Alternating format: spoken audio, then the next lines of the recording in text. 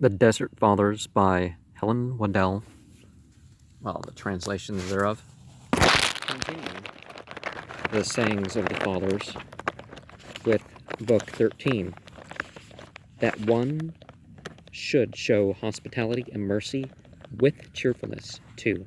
The Abbot Cassian said, we came from Palestine into Egypt to one of the Fathers, and he showed us hospitality, and we said to him, wherefore, in welcoming the brethren, dost thou not keep the rule of fasting, as they do in Palestine? You know, Palestine was what the Romans renamed it to insult the local inhabitants that used Palestine as a slur. And he made answer, fasting is ever with me, but I cannot keep you ever here. And though fasting be indeed useful and necessary, it is a matter of our own choosing, but love, in its fullness, the law of God requires at our hands. So, receiving Christ in you, I must show you whatever things be of love, with all carefulness. But when I have sent you away, then I may take up again the rule of fasting. The children of the bridegroom do not fast while the bridegroom is with them, but when he is taken from them, they shall fast.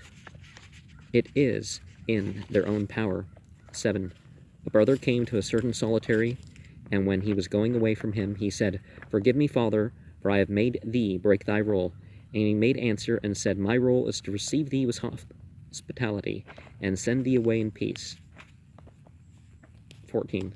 One of the old men used to say, there be some that do great good, and the devil sends parsimony of their souls over trifles, so that they lose the merit of all the rest. Once, as I sat in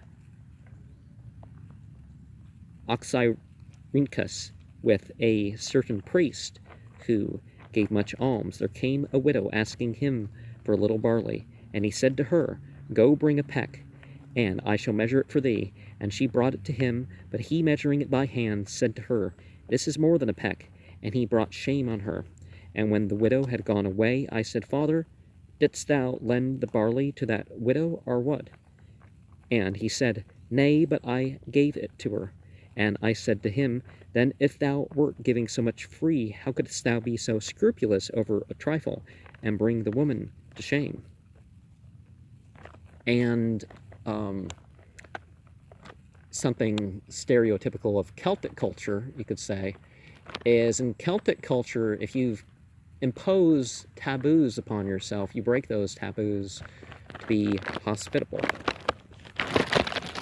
Or if somebody has, put a geis upon you, is that how you say the word, a geis?